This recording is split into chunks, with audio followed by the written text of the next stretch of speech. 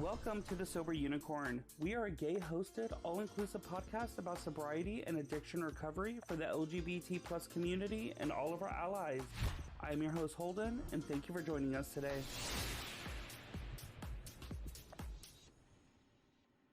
Hey everybody, it's Holden, and I am an alcoholic. I hope everybody's doing well today. Today I am being joined by the host of the Self-Love Squad podcast, Miss Kelly. How are you, Kelly? I'm doing well. How are you? Doing fabulous. I actually guested on Kelly's podcast last week. The episode hopefully should be coming out soon. And of Yes. course, I just wanted to bring her on to here to the Sober Unicorn and kind of share everybody like her experience in the sobriety journey. So Kelly, why don't you tell everybody like who you are, how long you've been sober and what your drug of choice was? Sure. So, hi, my name is Kelly here. And like Holden said, I am the owner, creator behind the Self Love Squad podcast and Instagram. I'm 30. My sobriety date is April 13th of this year. So, I've been sober going on 2 months. It'll be 2 months, I think tomorrow. Yeah. And my drug of choice was alcohol plus whatever I could get my grubby little hands on. Um, and yeah, I'm originally from Maryland and I've been in Texas about 5 years. Well, Texas Um, is lucky to have you. thank you. Thank you. It's hot, girl. It's hot. It is. I mean, it's been what 100. I think it was 106 yesterday, and we're just in June, so we're just preheating right now. Nasty. Just, she not cute. Just nasty.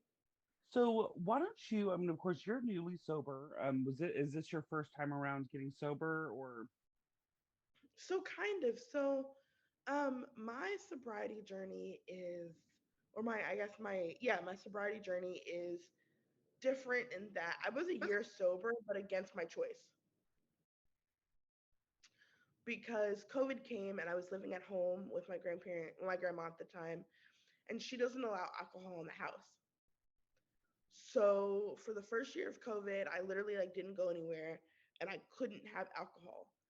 And I tried to pose it off as like ah, look at me, I'm completely recovered from alcoholism, and like, post all the things about like life is better sober and all that bullshit. But really, I was feeding for drinks the whole time and like plotting and scheming for when I would move out and could have drinks. And so, at the beginning of 2021, when I did move out, I was right back into it and then some. And I just kind of convinced myself I like didn't have a problem until Pride last year, so 2021. That weekend, I spent my whole rent money in one weekend, and still was like, well, I think if I just tone it down, like I'll be all right. And so then my birthday came a couple months later, and I spent my rent money again, and then some. And I was like in the negative this time, and like didn't have money for food. And I was like, okay, I think I have a problem, but I still didn't get help. And then one day I got so drunk, I was like throwing up blood, and I still like wouldn't go get help. I wouldn't go to the hospital. And I was like, I don't want to live this way anymore. I don't want to feel this way. I want to have the life that I see other people have. I want to have that life where I'm confident and happy even behind closed doors. I want to have that life that when I'm alone late at night, I don't hate myself. Like I want that. And I think that sobriety is going to help me get that. So I googled AA and literally just like stumbled into the rooms, and the rest is history. so? It seems like during COVID, you were more of like sober due to circumstances, rather Hmm. than so more of like a dry sober, rather than now you have dove into the rooms, you've dove into the program, so now you're actually on a recovery journey, Right. um, Exactly. which can make a huge difference for most people when you're actually choosing to get sober rather than forced to get sober or sober due to circumstances. So, from my understanding, you are me and we'll go a little bit of a backstory. Kelly and I actually met at the Big D Roundup in Dallas. Hmm. It's been like 2 to 3 weeks ago now, and it's a essentially a huge gay sobriety event that's all weekend long. And I, of course, find it fitting because it's called the Big D and it's for big ol' homos. And Right. and her, I, and our friend, we'll just say his name with an S, um, we clicked extremely well and very, very quickly. I mean, the moment we met, it was like kind of inseparable at that point. And so just hearing her story and everything, I definitely wanted to bring her on. So of course, you're new, you're fresh into sobriety.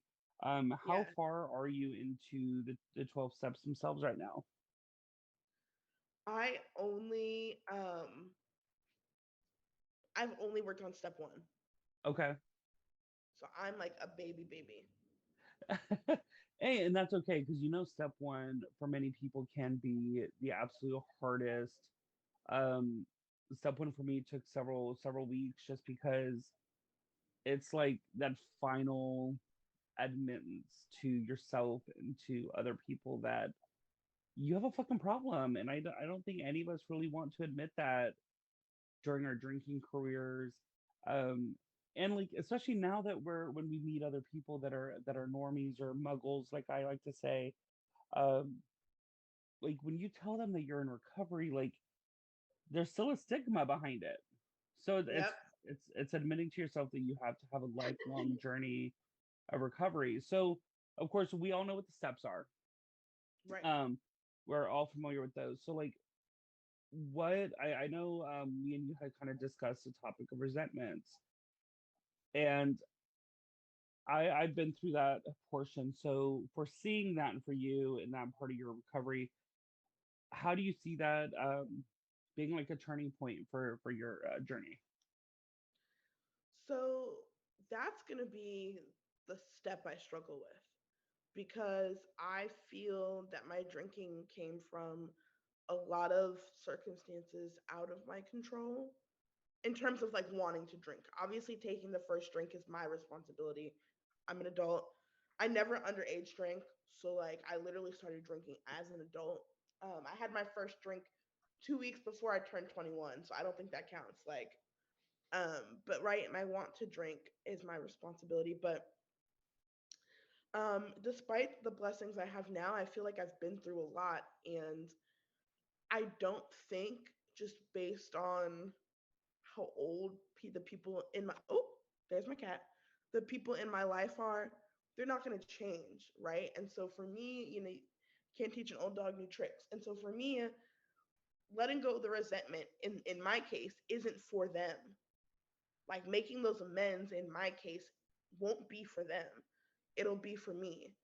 And so deep down, knowing that like if I go, like for instance, I don't really talk to my biological family right now at all. I don't speak to them at all. And knowing that at some point I'm going to have to go over to their house or go speak to them, and knowing, right, I mean, God could change the outcome, right? Like I don't really know the future, but assuming that the outcome is how it's always been, that's going to be so embarrassing for me to go and apologize and admit to my family that I'm an alcoholic and this and the other, and apologize for things that I've done or that I may have done, and knowing they're going to be like, okay, great, it's just another reason why we don't like you. Like, but it's the right thing to do. You know what I mean? Like, that's hard. That's hard. And one thing about the amends and resentments and stuff is that now that I'm cognizant of the idea of resentments, I realize I form them all the time. To the point where it's like, God damn, like I'm just such a hateful person. Like, and I, excuse me, am not someone who I would think is a hateful person or feel like I'm a negative person. Like that doesn't feel like Kelly. It doesn't feel like me. But when I think about it, like, for instance, my car broke down on Thursday outside of AA. Got out of meeting and my car wouldn't start. Called my insurance. Turns out I don't have roadside assistance. So I had to pay $200 out of pocket to get it towed to the dealership. By the time the tow guy got there, he was like, "Oh, your car's starting." And I was like, "Well, I paid for the tow, and obviously something's wrong with it. So take it." Well, it's Sunday. I still don't have my car. They haven't even looked at it yet. They were like, "Oh, we probably can't even look at it till Monday or Wednesday. Like, we're swamped." And obviously, I can't afford to tow it somewhere else because I already paid $200 to tow it there. And so the last couple days, I've been stuck in the house. I've been dependent on other people for rides, which I hate. I hate being dependent on other people. And I started getting angry and resentment at everything that led me up to this point. I don't normally go to AA on Thursdays. If I just stayed my ass home, my car wouldn't have broke down. Um, I was mad because they were going to fellowship and like people left me to go fellowship. Like they made sure I was safe and that the AA center was open, right? I had a safe place to be. Like I just went back inside and like waited. And one of my friends came and picked me up, but like people left me to go eat, right? And I didn't have money to eat now, so I was like resentful of that. And then like I was resentful to the car, like how dare you break down, like blah blah blah. Like I just was hating everything and anyone, and like I realized everything happens for a reason, and I think that sometimes we'll never know the reason. Like when bad things happen, there's a reason, and sometimes the reason is negative, and sometimes you'll never know. Most And in this, definitely. like, I don't like being that person. Like everything happens for the better, and that's not true. But everything does happen for a reason. Sometimes the reason is a bad reason, like, but it's a reason nonetheless. And so like yesterday I was supposed to be a chauffeur for my friend who flew in, meeting one of my internet friends, and she was here for like a K-pop event in Carrollton. I was supposed to be her chauffeur yesterday. Obviously that didn't happen. And instead I laid in bed and I rested and I slept, and like I just felt so good just like laying in bed chilling, and I was like, I think God was trying to get me to slow down. You can hear my voice. I have asthma. When it gets really hot here, I suffer a lot. Um, Breathing is really hard. Like I took out my trash at 1 o'clock this morning so that I wouldn't have to take it out during the day. You know what I mean? Like that's how serious it gets. Like I probably won't leave my house until after 3. Like I just don't play games. And so I realized I think God was trying to keep me cool and calm and collected. And then last night I got to hang out with her when the sun went down, and I was gonna have to Uber to this event that we went to. The Uber was like $80 one way. It's only like 20 minutes from my house, if even. But it's I live in a high, what do you call it, like a high volume area, and it's Saturday night, so like things are higher. And my friend was like, "Oh, I could give you a ride." My friend was like, "Yeah, like I'm gonna be down by your way anyway. I can just drop you off, and maybe I can pick you up." And I was like, "And even if you can't pick me up and I have to take a ride one way, it still saves me Hmm. a whole bunch of money." So I got a free ride, had a great time, made a lot of friends, danced my little butt off. And then it got to like 1 o'clock. So I'm detoxing from caffeine right now, which is like not cute. I hate it. I didn't have any problems detoxing from alcohol, but detoxing from caffeine is like kicking my ass. Like, girl. The day two I came into AA, and they're like, "What's wrong?" I was like, "Don't fuck with me. I'm tired. I'm cranky. I will punch a bitch. Like, don't talk to me." But like today it's better. I'm like getting better quality sleep, and by like 1 o'clock yesterday, well slash today, I was like, I need to go home. The event has like an hour and a half more. She tired, like I'm going home. And I called an Uber, and it was $12. What? And I was like, look at God. Like, look at God. Like I would have spent almost $100. And instead, and my friend had bought the ticket. So she had bought the ticket in lieu of me being her driver, which I obviously couldn't be. And then I was like, well, I can pay you back. And she was like, girl, your car broke down. Like, don't even worry about it. Like, it's just, a ticket. So I got to go to this event for free, spend the day resting, and only paid $12. And my Uber driver was not sketchy. He was nice. He had a nice car. Like, as a single woman, I get worried about that. Like, when I Uber, like, it was a great experience. He was nice, played smooth jazz on the way home, like, for $12. See, and that's insane to me. I think like your car breaking down is is I think God puts us through a lot of tests, especially in early sobriety and sobriety Mhm. nonetheless. And I think He tests us to test our reliance upon Him, because I mean, of course, My car broke down on that Monday on the way to Big D Roundup in Dallas. And Mhm. thank God I didn't have to tow it. But it's still like small things like that for us as alcoholics is very bad because immediately our car breaks down. Yeah, we can spend $200 on a tow truck, but yet we'll immediately go to the bar and spend $150 more to forget about the $200 we just had to spend. Yes.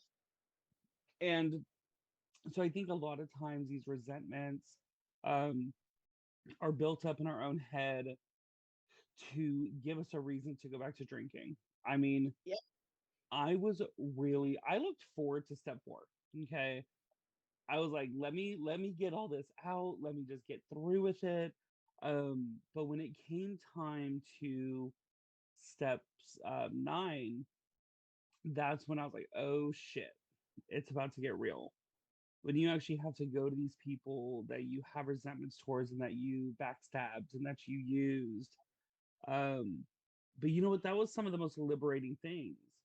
And I think going Yeah. to your parents, even though they have some type of preconceived notion about you, they're going to see you doing better. And the thing is, what's crazy is from my experience, when I went to these people and tried to make things right, they didn't want anything from me. Right. Literally just the admittance of I fucked up and I like what can I do to make this right? Like I straight up even told them like I'm not gonna say I'm sorry because this won't fix a damn thing. Right. Um, but what can I do to make it right? They were like, no, like you just admitting that you realize you did something wrong, like is more than enough. Right. Um, so I mean, of course, I will pray and send very positive juju your way when it comes to Thanks. that point with your parents. But you know what? I don't, no matter what kind of hardships happen in anybody's life, because I don't speak to my father's side or any of his family, all they want to see is you do better in life. All anybody wants is for their brother, sister, child, grandpappy, like they just want the best for that person in their life. And even though they may not still talk to you after, it's like we're glad you're doing well. It's good to see you're doing well. And like whether they talk to you for that or after, like you said, you do this for yourself. I Right. mean, like even though AA is a um program of service to other people, we are in the program for ourselves for very selfish reasons to better ourselves, to get ourselves sober, to get ourselves clean off of drugs. So it's a very selfish program in that aspect, but in turn, just helps us become a better individual. Right. So for you, do you think your resentments, some of them are going to be easy to overcome, or do you think that that is a step that you're going to marinate on? I think that's a step that's going to take time for me because it's hard for me in some of my resentments. It's hard for me as of now to see where I went wrong. Like there are some resentments I have where it's very clear where I fucked up, like very clear, very clear. Like like romantic relationships or things like that, like very clear. But then the bigger ones, like the ones with my family, I'm like, psh, I was just a kid. The fuck did I do? And that may be true. Like that, I've heard that happen. That may be true, but that doesn't mean that I handled it well. That's something I could apologize for. Maybe I didn't properly communicate my need, right? Like there's always a part you play, even if it's not necessarily your fault. And so I think for me, that's something I'm gonna have to get over is like the idea of fault. It's not about whose fault it is. It's about moving forward and letting go of the past and coming to terms with the fact that I might be the only one who cares. And that's Like, okay. yeah, like I see people and they're like, oh my God, my mother and I talk now. Well, my mom's dead. So making those amends is just for me. You know what I mean? Like, or even for my living relatives, like they might never change, or worse, like I mentioned before, they might use it against me, but that's on them. And then I can go to bed at night knowing I've made those amends, like I've done. my part, and just to be emotionally lighter, just to feel like that weight is lifted. Like, I think for me, step one actually is the easiest because I admitted I had a problem, and the admission of the problem is what got me into AA. Mm-hmm. Versus a lot of people who, like, the state makes them come in, or a loved one makes them come in, or they come in subconsciously thinking they have a problem but not really admitting it to themselves, right? And so that step one is like a big deal. But I came in like, bitch, I'm an alcoholic. That's why I'm here. So I feel like I'm the opposite. Like step one is the easy thing for me. It's all the things I've been doing for the last 2 months. Um, and especially because I actually would have been coming up on 3 months sober, but I relapsed about 30 days in. I had a friend with air quotes, a friend buy me a drink knowing it's like my favorite drink and it's like super strong and it was free, which we love free 99. Mm-hmm. And I relapsed, and I realized after that drink it really solidified for me, like, I'm an alcoholic. I cannot drink ever. Like, I can't even drink a little bit. Like, nope, it's done. Like, that really just like closed it for me. Like, it's over. Like, I just like I can't drink. And then after that, I really had like accepted it because I had admitted it out loud, but I hadn't fully accepted it. And then after I had that drink, I was like, nope, I accept it. Like, this is my fate. Like, I cannot have alcohol, not now, not ever. Like, and I was done. So You're listening to The Sober Unicorn. We'll be right back after this short break. This episode is brought to you by Von Shine Creatives at handmadeandgreat.com. Von Shine Creatives is a sober owned business featuring finely crafted goat's milk and vegan soaps. Treat yourself or someone you love today. Take $5 off of 25 on all your purchases site wide, and remember, it's always free shipping. Use the coupon code SOBER, which helps support Von Shine Creatives and the Sober Unicorn podcast all at once. Link and coupon code will be in the bio. Now back to our episode. I Yes, don't and know. I Was that? hope that once you prolong through the program that you make an amends to that friend.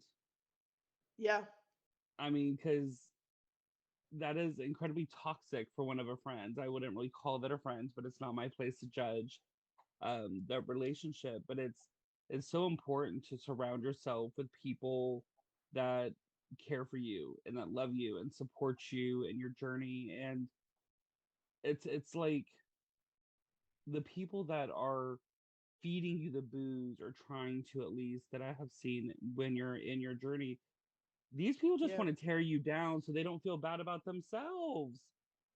yep, It's like it's weird that hanging out with somebody drunk as shit and you're sitting here sober and they can't handle themselves and you're just here like enjoying your best life completely sober. Like, yep, in a way, they're having to, like, they're looking at themselves in the mirror through your eyes, yep. even though you're not judging them deep down. I'm not going to say everybody, but deep down for that drunk person, they're just like, oh shit, like, here I am with somebody sober, but I feel the need to get entirely fucked up in order to have a good time.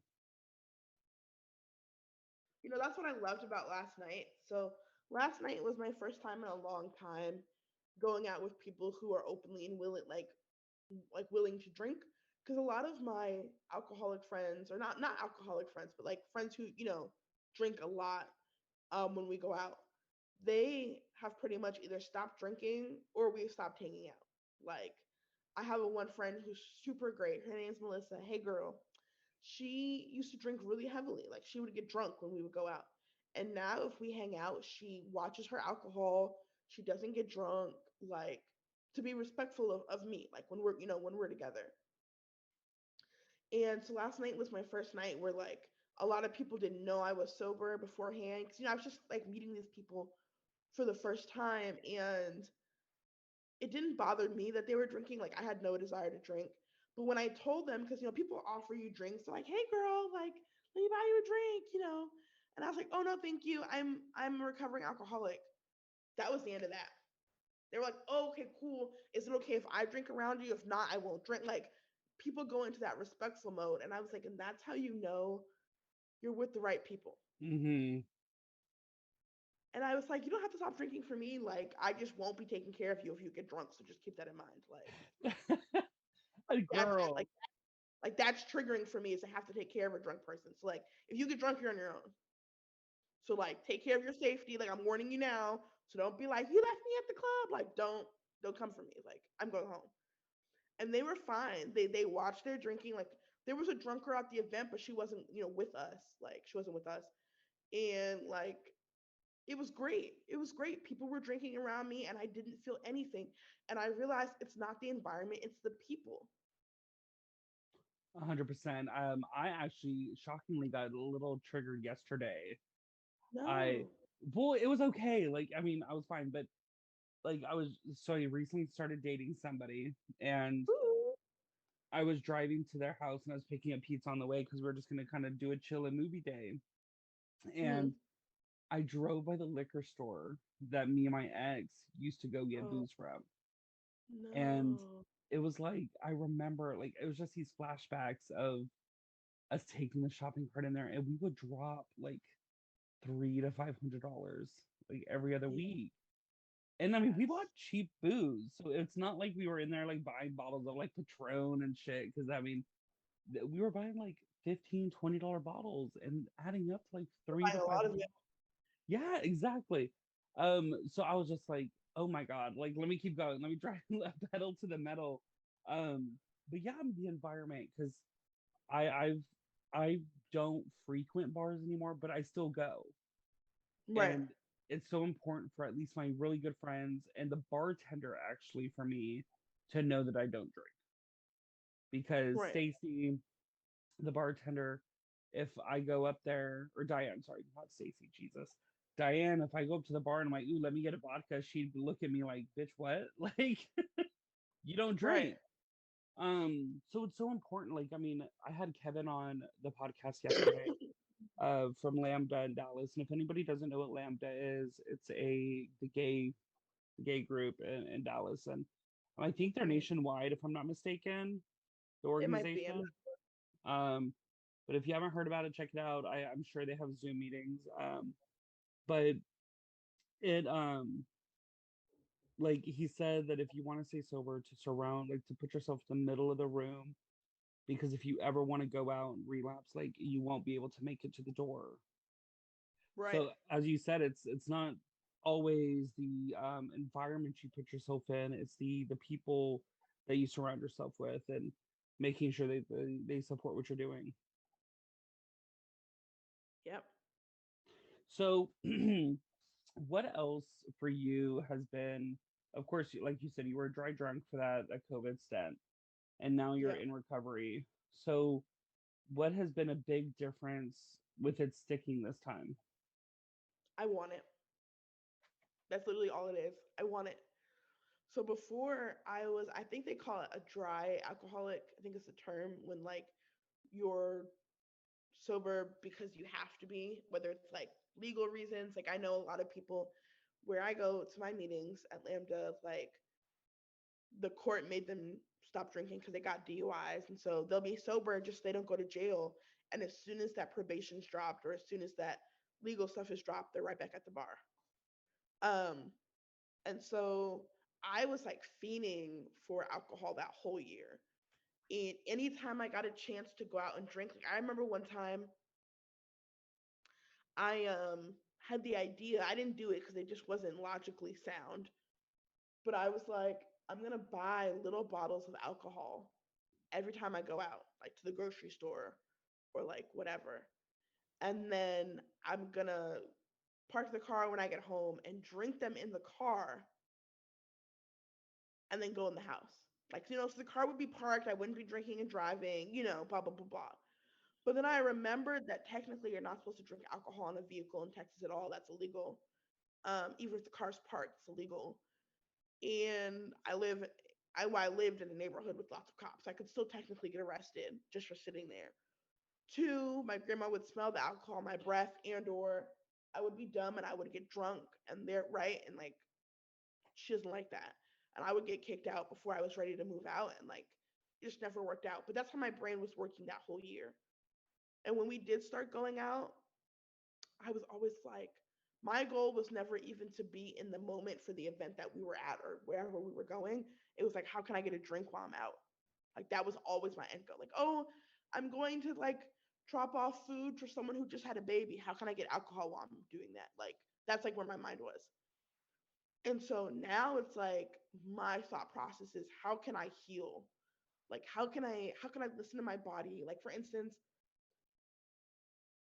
why is my cat biting the stove? Lord Jesus, fix it.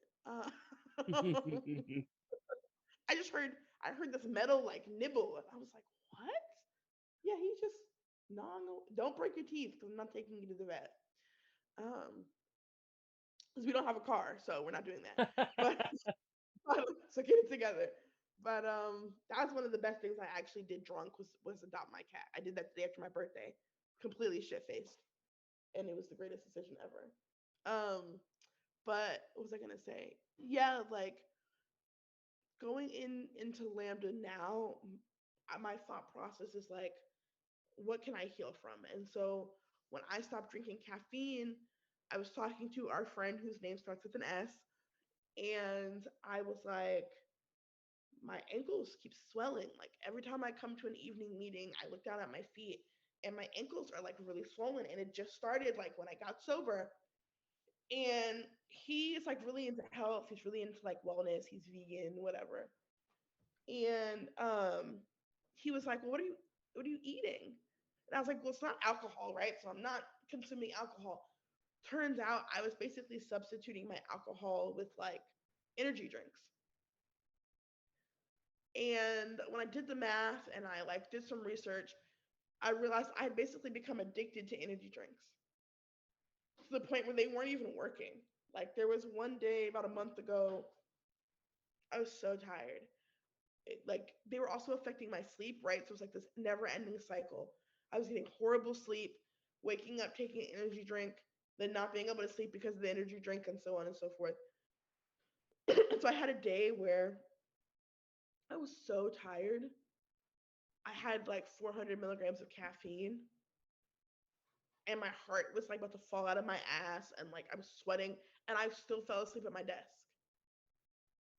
I passed out. That's I was not so good. tired. And my sponsor was like, that means the caffeine's not working. It's just like when the alcohol stops working, like you're literally addicted. And so that's why she's a little cranky right now. She's on day 4 or 5 of caffeine. And it just so happened, like, once again, everything happens for a reason.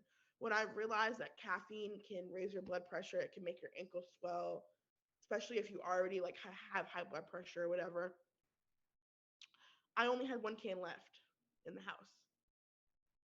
And this is someone who like budgets for it. Like I used to get the Costco packs. Like I was in it to win it. And I was like, well, fine. Today will just be my last day, and then after that, I'll just go cold turkey. And that's because of AA that I'm able to do that. That I'm able to, like my ankles have been not swelling as much or at all. Like even when I eat like McDonald's, for instance, like they don't get bad.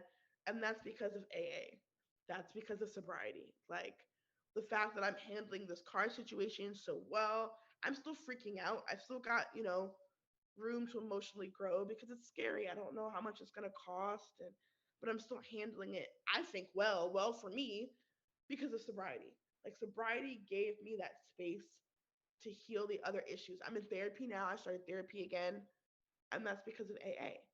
AA gave me that room to heal my other things, and so that really that makes me want to stay. It's not even just about the drinking. It's about all the other things that it gives me. Yeah, I mean the thing is that that's the most important thing of the program is it it gives you freedom, it gives you your life back, it gives you like instead of when worrying about where your next drink is going to come, it's like now normal things we worry about is like, oh, my car, my house plumbing broke or something like that. It's so crazy talking about your ankles. It's like I don't understand why these things that are so bad for us can't swell things like our ass. Like Right, it has to be our big old cankles that it has a problem with. right. But Rude. so I think that's the most important thing to take away from this is like even though resentments can be incredibly difficult to work through, amends for some people can be very heart-wrenching to step into that situation.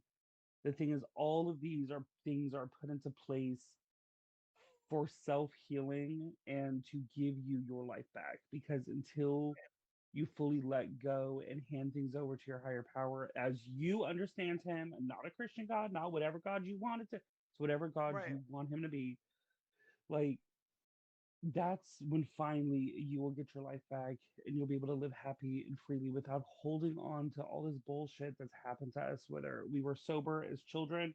I mean, some of us were drunk as children, or Right. the stupidity that we did in our drinking. So before we end this episode, why don't you tell everybody about your podcast and what it's about?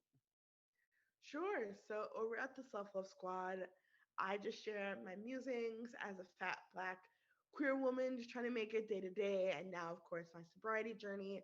You can find us everywhere that podcasts are played, Apple, Spotify, Google, wherever. And yeah, sometimes I have guests such as the lovely Holden, but most of the times it's just me rambling about shit that's going on. And, everyone likes a little virtual kiki. So come on over and check me out on Instagram at the Self Love Squad with underscores. So that's at the underscore self underscore love underscore squad. And yeah, that's me. Awesome. Well, again, Kelly, is there anything that you haven't said to anybody that you would like to say before we Holden, you are a bad bitch. end? You are absolutely ridiculous. I need to get that off my chest. It's weighing heavy on my heart. Well, thank you so much. You a bad bitch too. Thanks, Guru. All right, everybody. Thank you so much for joining us, Kelly, and hopefully we'll have you on again soon. Yes, of course. Thank you again for listening to today's episode. Hit that follow button to be notified about new episodes every week. If you'd like to reach out to us, you can find us on Instagram at The Sober Unicorn Podcast or on our website at thesoberunicornpodcast.com. There you will find our episodes as well as our very own sober-owned shop featuring products from small businesses that are sober-owned. And remember, everyone, don't be normal, be a unicorn, but better yet, be a sober unicorn.